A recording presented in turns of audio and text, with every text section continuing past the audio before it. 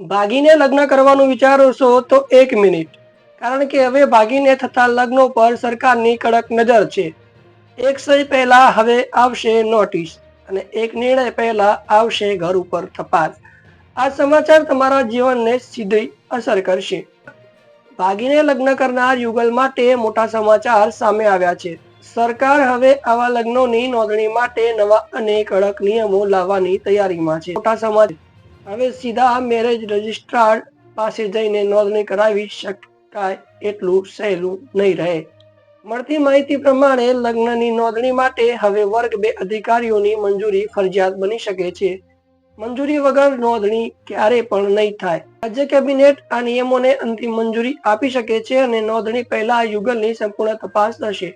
અહીં માત્ર ઉંમર નહીં, પરંતુ લગ્નની સંમતિ, દબાણ અને કાયદેસરતા પણ ચકાસાશે. ભાગીને લગ્ન કરનાર યુગલ માટે માતા પિતાને મોડલારી નોટિસ મોકલવામાં આવશે. 30 દિવસનો જવાબ આપવાનો સમય મળશે. જો વાંધો હશે તો તપાસ થશે. જો દબાણ, લાલચ કે અપહરણ જેવી શંકા હશે તો નોંધણી અટકી જશે.